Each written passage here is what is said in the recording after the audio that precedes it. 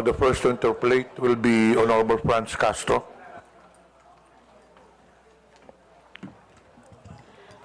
Thank you, Mr. Chair, and I also thank the Meta for coming here after 3 notices. Thank you. I have some specific personal question about how the Meta is detecting community standards violation, or what you call violation of community standards. When you look at the when you look at your platform, we have here several. When you report like a content, you will find here several violations like scam, fraud, or impersonation, unauthorized political ad, adult content, selling or promoting restricted items, violence, hate, or exploitation, bullying or unwanted content, intellectual property, suicide or self-harm, false information, problem involving 18-year-old or someone under 18 years old. Well, I was a victim of your platform, where my official Facebook account were taken down by your platform due to it said there impersonation. So I cannot understand why do you take down an account due to impersonation? So how does it happen? So how you determine that really is this account is impersonated? Because this account was reported to COMELEC as my official election account for my daily activities during election. Thank you, Madam Congressman. Mr. Chair, if I may. Madam Congresswoman, thank you for your question. Certainly impersonation is a violation of our community standards. And there, I can say that I don't know the specifics of your case. But let me talk about a little bit about how we try to deal with issues of impersonation, right? First of all, there can be a number of different reasons that an account might be taken down, right? There can be repeated violations of our community standards, or there can be very severe violations of our community standards. But other times, it can be because someone was able to, unfortunately, gain access to your account. Not your account, but anyone's account, right? It can happen that unauthorized access can take place, right? In those cases, they may, once a hacker has gained access to an account, then sometimes what we see is they go and delete the account, or then they take over that account to use it for their own purposes. And what we do in those cases is we work with the rightful account holder to retake control of their account, right? So we ask for credentials. It could be a government ID. It could be various email addresses or other identifying information that were used with that account in order to regain control of it. I think one thing we've seen and that we know is an extremely effective guard against having accounts taken over by hackers is two-factor authentication. Two-factor authentication is really the first line of defense that any user on Facebook, including members of Congress, have against their accounts being taken over. If you have two-factor authentication on, anytime someone would seek to make changes to your account, it would ping you to make sure that you're the right person and you're authorizing those changes. I would urge everyone to make sure they have two-fact turned on their account. I think it's also worth noting that, for government officials, for politicians who are engaged in an election cycle, we have specific channels where we can work together. We have our Meta Support Pro channel that you can access and that we're happy to work with you to make sure you have access to, so that if you have specific issues with your account, other members of Congress, other people running for election can access those channels. I think it's also worth noting, and I didn't really mention this in my opening comments, but I think I should, that that there are a number of different statutory agencies that have specific channels with Meta where they can report community standards violations, account hacks, and any other issues that the government is experiencing with Meta's platforms and our services. In fact, there are 11 different government agencies that have direct channels to us. And so those are other channels that can certainly be utilized in cases where members of Congress experience those types of actions. And I would just also say, it does also happen from time to time that we make mistakes. That is also something that happens, and we're sorry for when that happens. We know it's a really poor experience. We don't want that to happen. We take those instances very seriously. We do everything we can to try to minimize them. And so that's also just something that can happen sometimes. So when my account was took down, we complained to we write to the Meta about my account, and then why is it that you are taking down specific account without explanation or without any justification to the subscriber? Like, for example, just take the account and that's it. So no explanation at all. So you will just explain if we will write to you on what happened to the account. So there's no, is there a like for example, due process in place in your platform? Thank you for the question, Congressman, Mr. Chair, if I may. Madam Congresswoman, again, I'm not familiar with the specifics of your case, but I, again, can talk in general.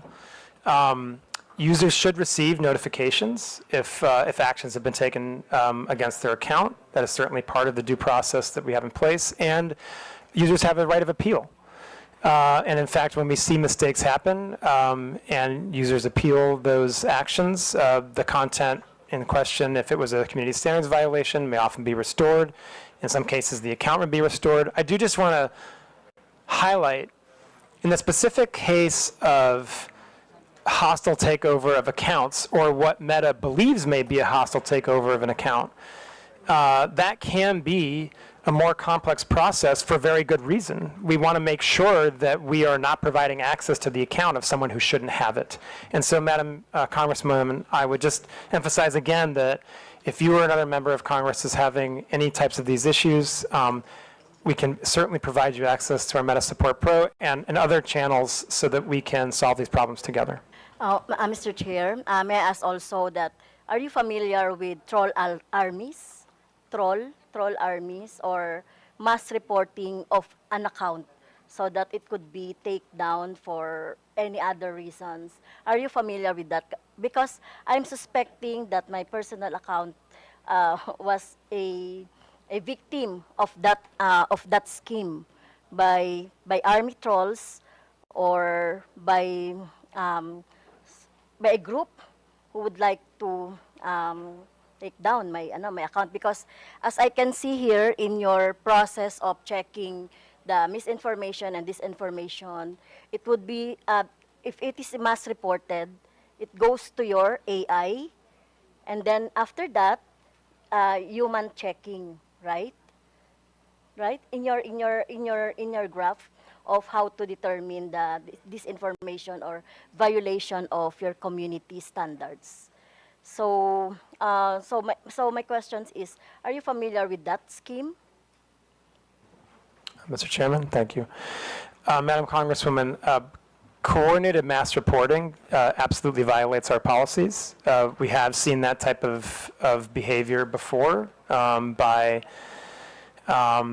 And certainly, if we detect that type of behavior, then we would seek to make sure that any decisions that are made about accounts are the correct ones. And then we would also try to go after the people who are engaged in the coordinated mass reporting, because that clearly does violate our policies. And that's the type of abusive network that we would seek to prohibit from utilizing our platforms.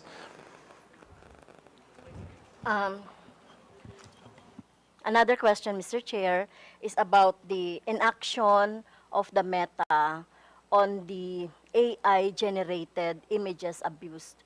I was also a victim of that when I hold a gun. They are using the AI-generated, but still in the platform. But the Meta is not doing anything about that, and many progressive organizations and individuals are victims of that, Mr. Chair. Mr. Chairman, sorry. So the question. So how do you detect, or why are you not taking down AI-generated images that you think are not or inappropriate or not true or misinformation? Thank you, Mr. Chairman. Thank you. Madam Congresswoman, and for the committee, I think I would start from the place of our view of misinformation is that whether or not it's AI generated or not, it would be misinformation, right? And so I think first and foremost, what I would say and emphasize is that our misinformation policies apply to content that is AI generated and is not AI generated. Now, taking a larger look at AI generated content, okay. There's a few different pieces to this, right? First and foremost, if people use meta AI in our own products to generate, for generative AI imagery or the like, we have the ability to detect that, right? And it'll come with a watermark, basically, and therefore a label and be recognizable as a generated AI image. Now, if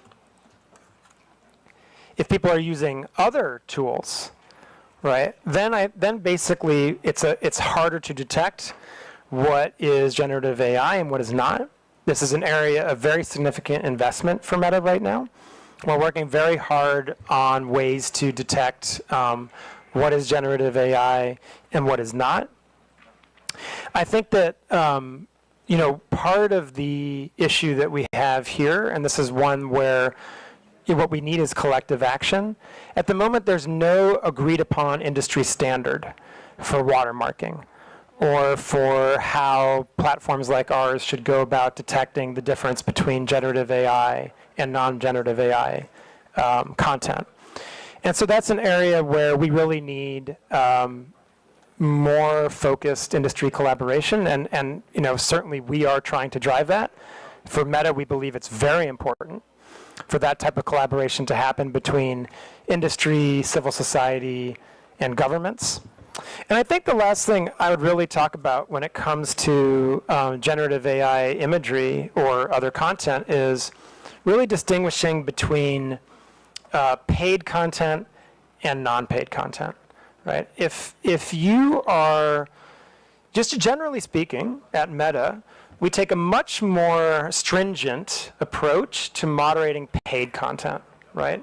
Because obviously, we're taking money for it. We believe we have responsibility that's even greater, and the distribution would be increased, right? And so, in the context of anything that is, again, taking out the generative AI component of it, any type of content that is paid for, that is political in nature, that talks about a campaign, or a politician, or a social issue, right, is subject to our policies on political candidates and social issue paid advertising, right? And according to those policies, you would be required to disclose who is paying for the ad and sponsoring the content. You would also have to go through an authorization process, which would include, in most cases, providing a government ID. Okay, And you would may I have to cut be, you on that. So if I could how- just finish one last Yeah, point, okay. you'd have to be located in Philippines, right? If you want to run a social issue or political ad, you'd have to be located in Philippines, right? And so there's a series of steps that you have to take to cross that threshold in order to be able to run those types of ads. And then in addition to it, if it is AI generated, you'd be required to disclose that it is an AI generated paid piece of content. Thank you. So really, it's very hard to determine because the name of the account is alias, or the name of account is just like a, like for example, Makabayan. The account is using our political organization.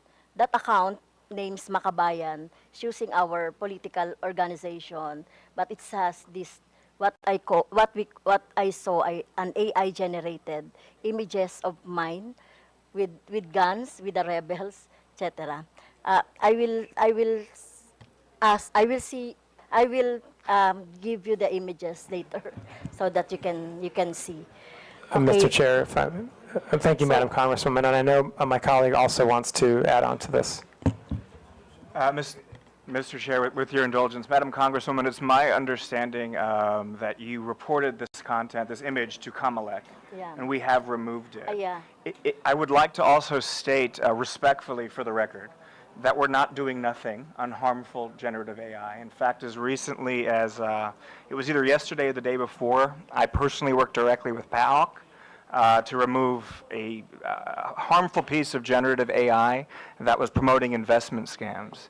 And what happens when something like that gets reported, it's not just that piece of content that comes down. That informs our ability to enforce across the platforms and across other accounts. So although PAOC reported one specific URL, many, many others came down as a result of that report. So while I understand, with respect, how painful and frustrating it must be to be a victim of harmful generative AI, please don't think we're doing nothing.